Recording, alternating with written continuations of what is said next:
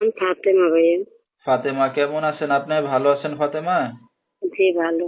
মাশাআল্লাহ, ভালো আছেন ফাতেমা। কোথা থেকে বলতেছেন? আপনার দেশের বাড়ি কোথায়? আমার দেশের বাড়ি ভোলা।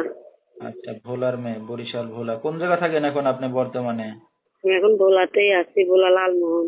আচ্ছা, দেশের মেয়ে দেশেই আছেন। কে কে আছে আপনার ফ্যামিলিতে ফাতেমা? আমার একটা বড় ভাই আছে আর একটা ভাবি আছে। আচ্ছা, তো থাকেন কি এখন ভাই আর ভাবির কাছে? যে ভাই আর ভাবির কাছে থাকি। আচ্ছা আচ্ছা। তো ফাতেমা, কি করেন এখন আপনি বর্তমানে? যে আমি একটা দোকানে কাজ করি, এই হোটেলে রান্না বান্না করি আর কি। আচ্ছা, রান্না বান্নার কাজ বাজ করতেছেন। তো ফাতেমার বিয়ে শাদী হয়েছে? জি না ভাইয়া। আসছি যদি একজন সুন্দর মানুষ, ভালো মনের মানুষ পাই, যে আমার আমার সাথে বিপদ আপদ আমার পাশে থাকে, এরকম একজন মানুষ পাইলে তার সাথে আমি বিয়ে বসবো। কারণ আমার ভাইয়া যৌতুক দিয়ে আমাকে বিয়ে দিতে পারে না।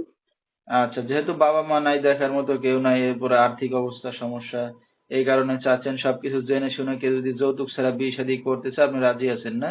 জি। আচ্ছা, তো দর্শক ভাইরা আপনার সাথে এখন কিভাবে যোগাযোগ করবে?